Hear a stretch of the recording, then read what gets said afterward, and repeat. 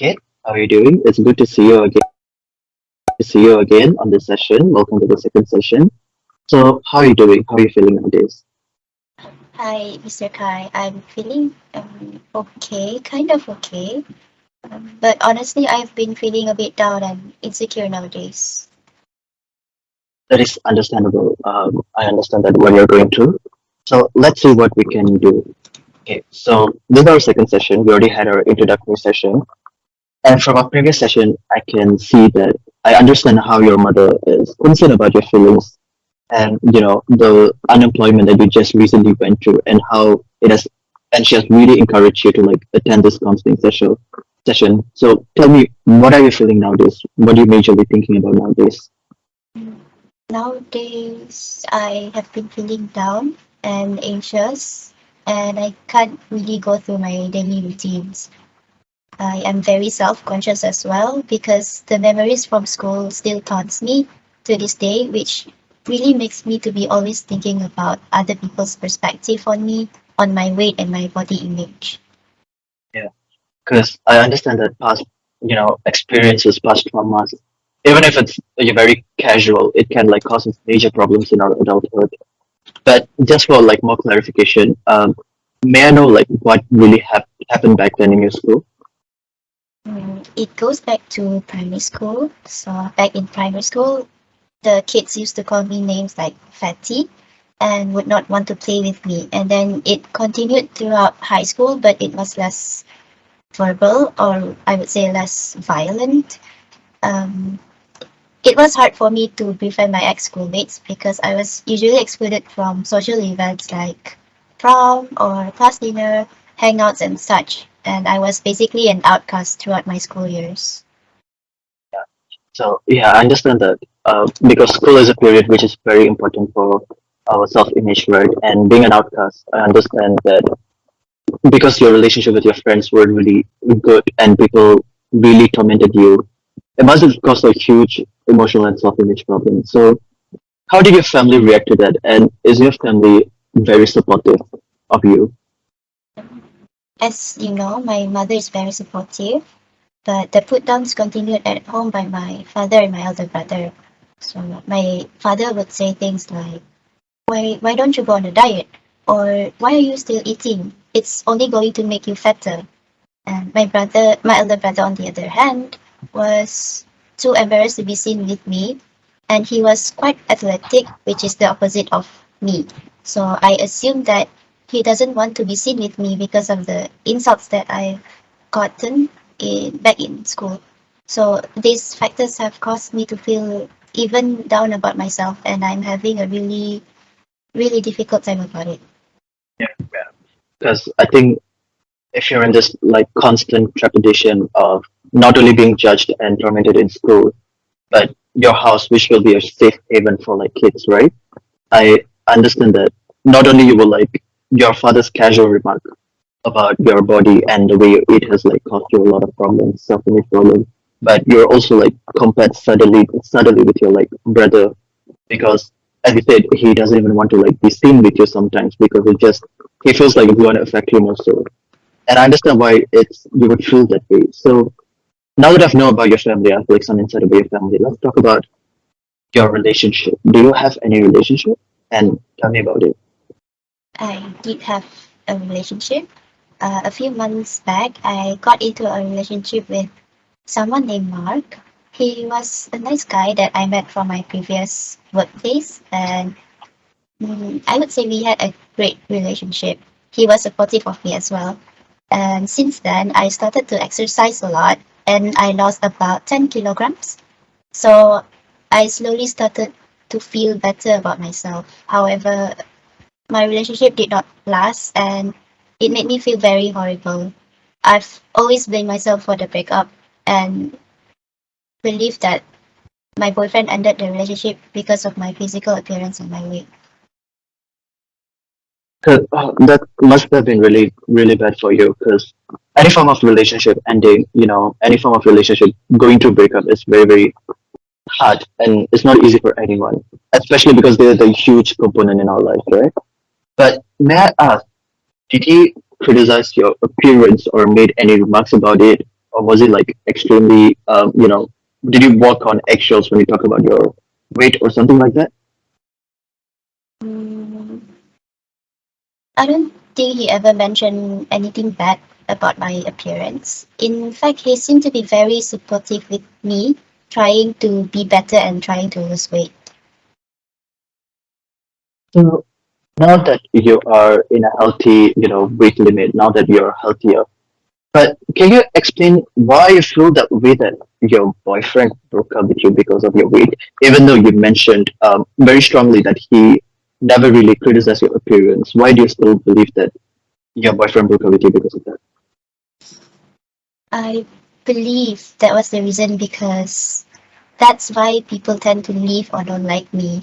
I have been dealing with criticisms and insults regarding my weight all my life, and all of them avoided me just because I was fat. Yes. So I understand that, you know, being fat or being, a bit chubby has been a huge component in a lot of in your life where people have tormented you for that. Uh, but let's talk about your, other interpersonal relationships. Now that you don't have a boyfriend, you broke up with your boyfriend. Let's talk about your other social group. Do you have any friends in your social circle now?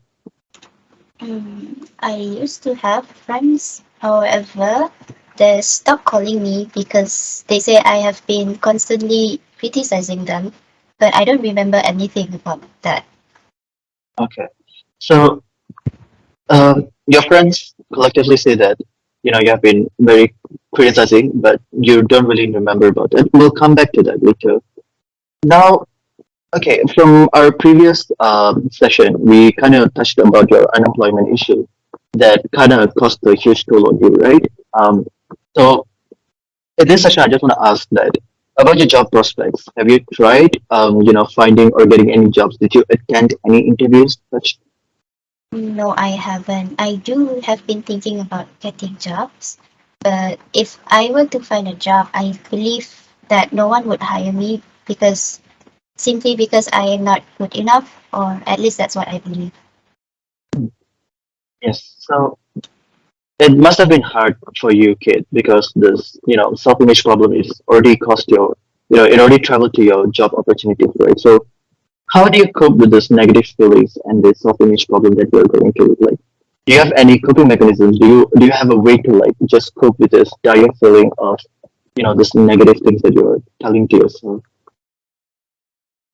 Honestly, I still don't know how to cope with all these thoughts and problems. I don't even want to go outside knowing that I will be criticized again and again by people that I don't even know personally. So what I do is I just stay home, and most of the time I'm constantly reminded of how ugly I am to myself every time I look at the mirror. That's just how it is every day. So yeah, that must have been really hard on you because how your social life is being like compromised because the way you are like thinking that you will be criticized again and again, right? So, but I just want to ask you a major question. It's just to like challenge your belief a bit. So, do you by chance understand that self-esteem problems, whether we like it or not, it is stems from ourselves and not others. Like other people's perspective is not really in the equation of our self-esteem. Mhm. Honestly, I'm still trying to understand why I perceive myself in a negative way because I'm still affected by my past experiences and the insults that I got for being physically unfit since I was young. So I still tend to blame others for my current self, for my self image. Yeah, because it happened since you were a kid, right? And it never really stopped. So yeah, but do you think that because I understand that all this self-image problems stem from a very very valid experiences that you had. But do you think it's constructive to blame others for your own self-image problems? Do you think other people should be be the victims or be the reason of your anger, your self-image problem that it stems from your self-image problems? No, I personally don't think it is constructive and necessary to blame others. Well, that's very good actually. It's very it's very nice that you understand that, self-image problems, it's not constructive to blame others. It's something that we all have to look within ourselves. So let's summarize for the second session, what we really talked about today. So first of all, we talk about how you have anxiety and you even struggle to do daily stuff, daily chores to do because of this self-image problem that you've been telling. And number two, you've talked about your school experiences, your past traumatic experiences, on people tattling and taunting you for that, and those maltreatments that you had that ended, that even continued to high school but more subtly. And how you talk about the way your father made some casual remarks about your eating habits, how your brother made some like implicit remarks and implicit way of showing that he doesn't want to be seen with you. And and then you talk about your relationship, right? How it cost your self-image problem, kind of cost your relationship and job opportunities and friendship, this other form of interpersonal relationship, interpersonal relationship that you had. So I'll give you some kind of like homework to do so that you can show me your next session on what is your progress of how do you view yourself. After that, we can talk more in depth about what your experience were and how does that make you feel more on our next session. Okay, is it okay? Yes, it is okay. So I think I'm very very happy that you were here today on our second session. Let's see how we're gonna move to our next session. Okay, so take care. Goodbye, Kate. Thank you, Mr. Kai. Today, I'm going to talk about person centered therapy, also known as Rogerian therapy and client centered therapy. Okay, this was built by Carl Rogers in 1940. He is actually the first psychologist that introduced non directive methods and had proper mechanization on how conditional love and acceptance during childhood can increase the discrepancy between the ideal self and real self congruency. So Rogers introduced the term client to refer to the person receiving counseling or psychotherapy, which was the first step toward moving away from the medical concept of like mental illness. And then his view on human nature and goals for therapy was that Rogers viewed that he believed that most people were provided conditional acceptance as children, which led them to behave in the ways that would assure their acceptance. However, in their need acceptance, the individual often behave in the ways that were incongruent with real self. The major goals of therapy is for the clients to have little to nil incongruence between their ideal self and their real self that they are projecting, which can be manifested due to childhood trauma or any form of mental illness that lies about self-image. The roles of therapists who use the strategies or procedures were to help people to adopt accepting and understanding attitudes.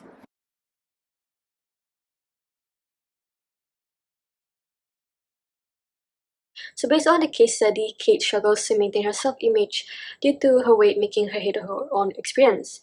In primary school, she was called fatty and had to face more taunting acts in high school, causing her to have difficulties to make friends. Despite having a supportive mother, she got criticized by her father alongside her brother, who was embarrassed of her. Her situation matches the assumption of the person-centered therapy, whereby the human mind is negatively affected, which in this context, the negative is environment that Kate had to go through, which contributed to her negative thoughts of herself. Thus, this approach seeks to unveil the positive potential that the individual holds. So, Kate's situation correlates with Roger's perspective of this approach, whereby disturbances occur when an individual loses trust in themselves, thus leading to distortions or denial of their own experiences, and eventually making them get disconnected from actually experiencing the essence of the world themselves. Individuals will live their life based on the mindset of what they should be instead of who they are. In Kat's case, she lives her life wanting to fit in the standards of the society by having the ideal weight, and if she is not able to meet the standards, she will blame her appearance for every inconvenience she faces. So the Rogers story emphasizes that every individual has an innate desire to completely develop their abilities, which is a process recognized as self-actualization. In this case, this approach will enable Kate to realize that whatever inconvenience she had faced was not due to her appearance, but she was fed to think of it that way due to the negative environment around her. Hence, the negative perception of herself can be overcome by trusting her innermost self and reconnect with her actual self in order to become a genuine person. The next one is the treatment plan for Kate. So the treatment plan for Kate will be a 3-step treatment plan, and the first step in the treatment plan will be focusing on building rapport between Kate and the therapist, as there is no definite steps in treating patient through PCT. However, building rapport is a way to establish good relationship from the start of the session, as it is a good way to provide a sufficient environment for Kate to heal. It is to establish trust and relationship between the two parties in the therapy. So one of the technique that is used during this step is the use of self-disclosure. So the next step is to assess the level of incongruence that Kate is facing. The therapists know that Kate has struggled with her weight all her life since she was a child. So the information that Kate discloses during the therapy can help the therapist to assess, to evaluate her level of incongruence between her ideal self and the real person she is. This can be an indication for the therapist to find the elements that Kate perceives as her self-worth. So during this step of the treatment, the therapist can facilitate Kate in exploring and discussing her incongruency and tries to help her find ways to eliminate her perception of self-worth. However, the therapist cannot lead Kate by giving the answer, but the therapist, however, can elicit Kate into thinking deeply and truly on the real person she wants to be. So the last step in the treatment is the client's reconciliation with her real self. In this step, Kate will have to observe how it feels like being authentic and true to yourself by examining the past experiences that she has had and compare it with the reality she has now.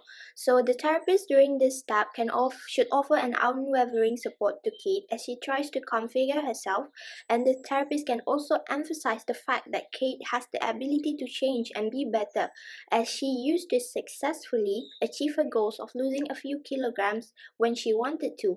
So her success in this scenario can also be applied to her ability in finding jobs as well. So this last step will allow Kate to realize that gaining back and trusting yourself is a very hard process. However, she will not know unless she tries it firsthand.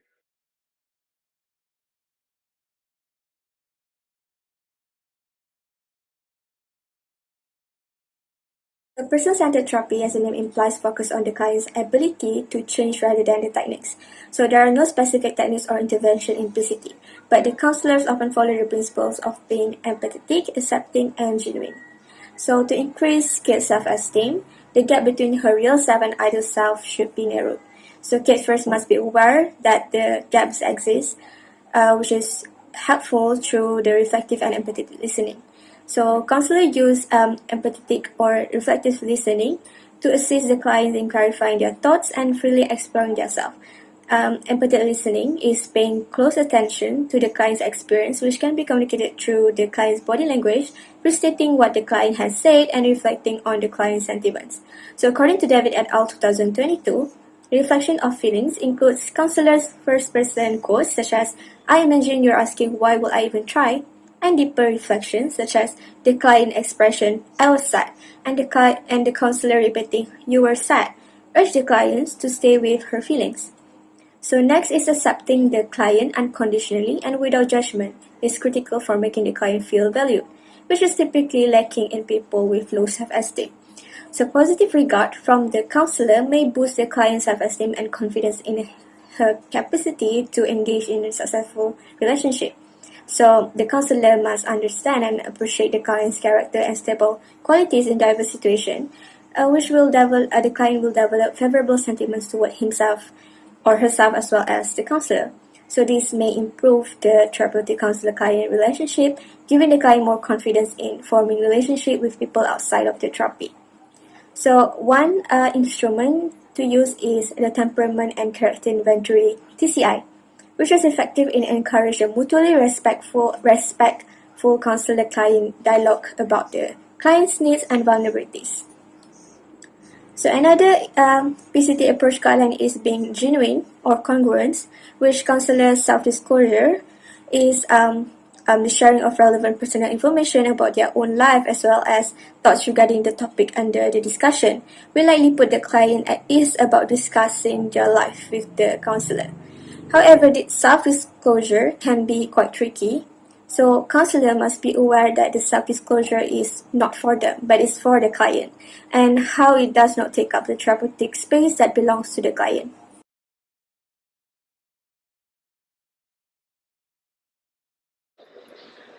As a conclusion, our group has demonstrated the person-centered therapy approach to assist Kate in dealing with her negative self-image and low self-esteem. This approach emphasizes genuineness, unconditional positive regard, and empathy to provide a warm and accepting environment for the client to explore themselves and reach self-actualization. That is all from our group. Thank you for your attention.